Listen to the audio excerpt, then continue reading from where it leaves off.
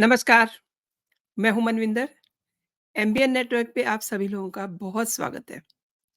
CAA और EVM के बीच अब कॉन्ट्रैक्ट किलिंग की भी चर्चा जोर पकड़ रही है। इस पर बात होगी। देखिए, भारत में लोकसभा चुनाव किसी भी समय इनकी घोषणा हो सकती है। कोड ऑफ कंडक्ट लागू हो जाएगा। उसके बाद की जो प्रोसीडिंग है वो भी चालू हो जाएगी। दुनिया की नज़रें भारत में हो रहे चुनाव पर लगी हुई हैं और इसकी वजह भी है।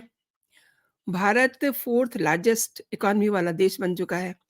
इसके अलावा प्रधानमंत्री नरेंद्र मोदी का बढ़ता कद, उस वजह से भी पूरी दुनिया की नज़रें इस बार लोकसभा के चुनाव पे लगी हुई हैं।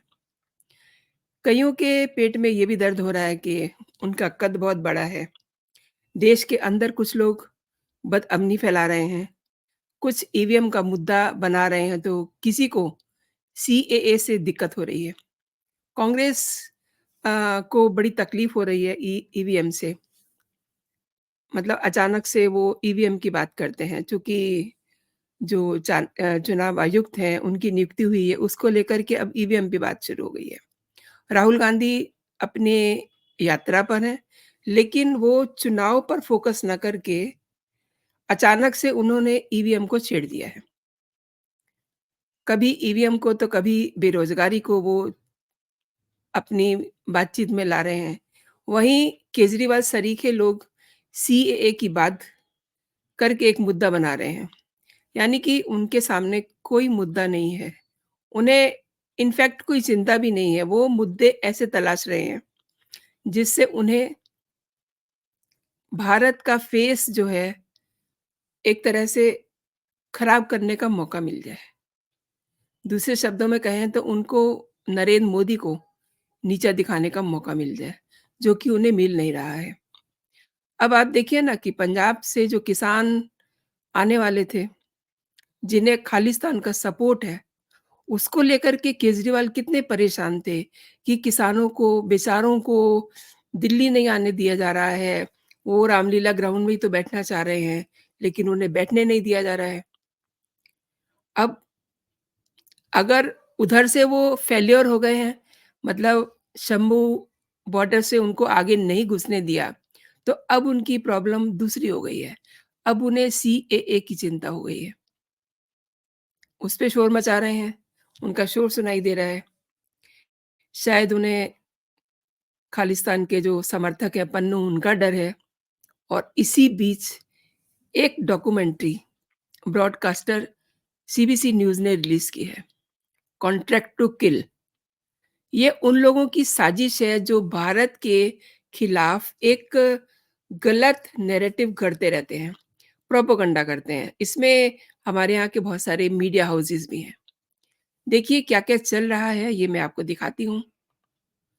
समाचारों में काफ़ी कुछ चल रहा है। तो ये भारत के खिलाफ झूठ फैलाने वाली डॉक्यूमेंट्री को यूट्यूब पर दरअसल ब्लॉक कर दिया गया है और खालिस्तानी आतंकी हरदीप सिंह निज्जर की हत्या पे आधारित है ये डॉक्यूमेंट्री। भारत सरकार के कहने पर यूट्यूब ने इसे ब्लॉक किया है और इसे कनाडा की सरकार ने फंडेड किया है। और ये जो न्यूज़ एजेंसी है सीबीसी ब्रॉडकास्टर, इसको फंड कनाडा ही करता है। इसमें कोलंबिया में 18 जून 2023 को निज्जर की हत्या से जुड़ी हुई जानकारी दिखाई गई है। डॉक्यूमेंट्री में खालिस्तानी गुरपतवंत सिंह पन्नू का भी एक इंटरव्यू है। इस डॉक्यूमेंट्री का टाइटल रखा गया था कॉन्टैक्ट टू किल। इसे सीबीसी न्यूज़ को बड़ी तकलीफ हुई है।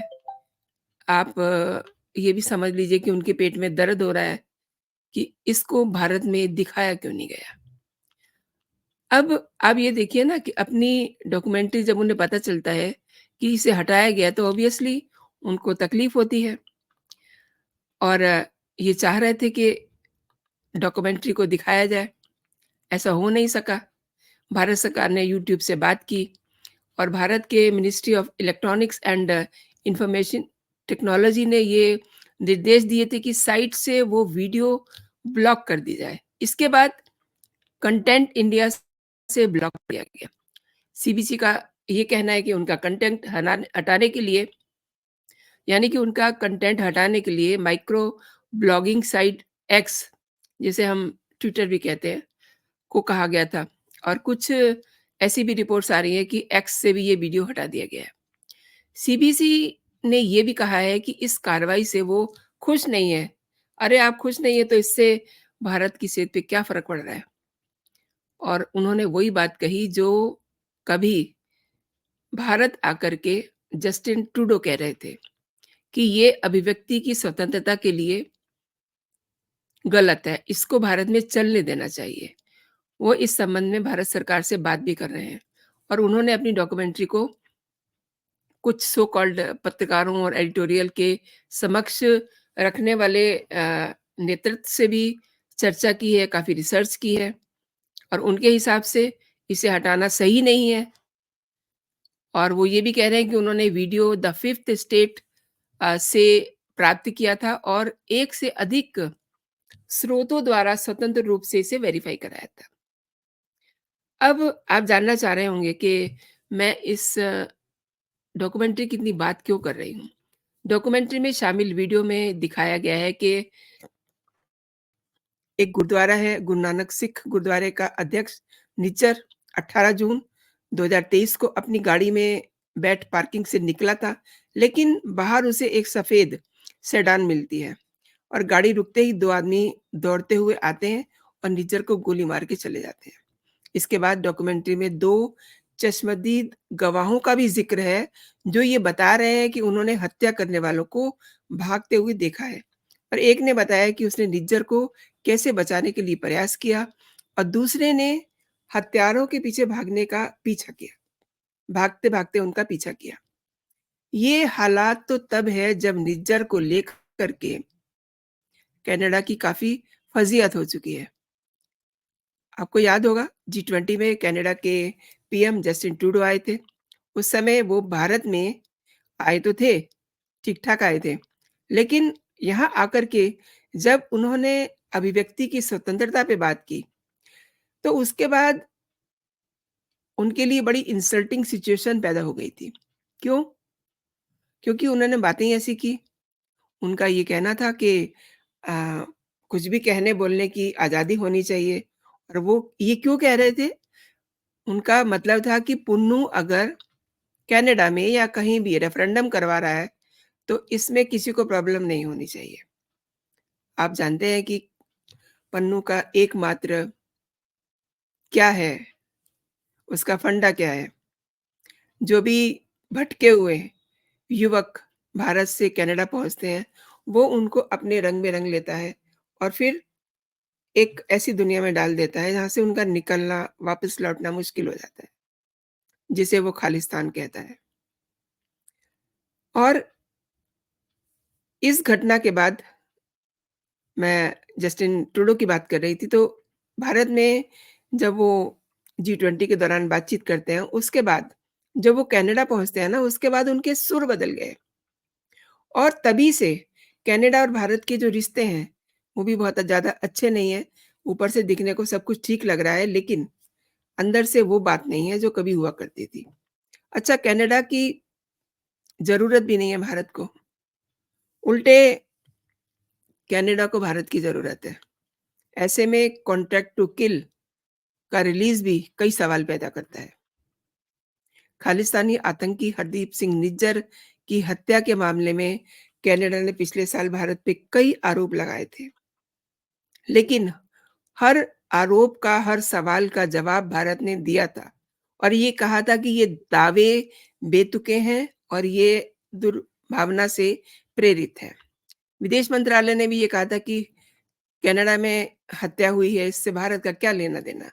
आपके पास अगर कोई सबूत है तो दिखाइए। लेकिन आज तक वो सबूत तो सामने आए नहीं। उल्टा फ़ज़ियत और झेलनी पड़ी।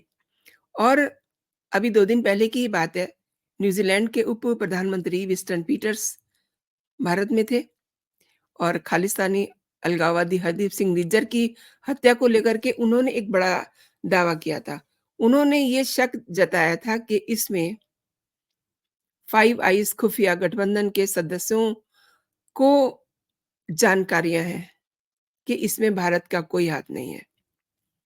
इनडायरेक्ट वे में वो ये कहना चाह रहे थे कि कनाडा के पास सब कुछ है, जो कुछ भी है और जो दिखाई देता है, वैसा कुछ होता नहीं है। तो दोस्तों, इसीलिए कॉन्टेक्ट टू किल को भारत में बैन किया गया है, यूट्यूब से उसको हटाने के लिए बात की है और वो हट भी गई है, एक्स से भी उसको हटाया गया है। तो ये एक साजिश है जस्टिन ट्रूडो की भी और गुरपतवंत सिंह पन्नू की भी और उन तमाम खालिस्तान सपोर्टर जो संगठन है उनकी भी, कि ऐसी चीज़ें भारत में दिखाई जाएँ और फिर बदअमनी फैलाई जाए। आप जानते हैं, संधू बॉर्डर पे किसान बैठे हुए हैं, उनको कौन सपोर्ट कर रहा है? उनके कंधे पे किसकी बंदूकें हैं? ऑब्वियसली वो बंदूकें पन्नू की हैं। यानी कि वो पूरा आंदोलन खालिस्तानी सपोर्ट से चल रहा है। बेचारे कुछ भटके हुए लोग दिहाड़ी पर वहाँ आते हैं और वहाँ पर नारेबाज़ी करते हैं। उन्हें नहीं मालूम कि वो क्या कर रहे हैं और जो असली किसान है वो खेत में अपना काम कर रहा है। तो इस तरीके से ये खालिस्तान गाहे-बगाहे अपने कुप्रयास करता रहता है भारत में बदअमनी फैलाने की। लेकिन मैं समझती हूँ कि धीरे-धीरे भारत के जो लोग हैं, उन्हें भी पता चल रहा है कि उनकी बातों में सच नहीं है, उनका साथ नहीं देना है। आपने दोस्तों मेरे साथ पूरा वीडियो देखा, आपका बहुत-बहुत धन्यवाद। और एक बात कहना चाहूँगी मैं, आप अगर इस वीडियो को पसंद कर रहे हैं, लाइक कर इसे कीजिए। आपको अगर पसंद आ रही है तो इसे लाइक का बटन ज़रूर दबाइए। आपको मेरे कंटेंट अगर पसंद आ रहे हैं तो आप मेरे चैनल को सब्सक्राइब भी कर सकते हैं। और एक और मेरा आग्रह है, आप बेल आइकन को प्रेस करना ना भूलें, इससे आपको मेरे सारे नोटिफ़िकेशन समय पे मिल जाएँगे। अभी के लिए इतना ही दोस्तों, आप अपना और अपनों का ख़्याल रखिए, खुश रहिए, स्वस्थ रहिए। जय हिंद, जय भारत।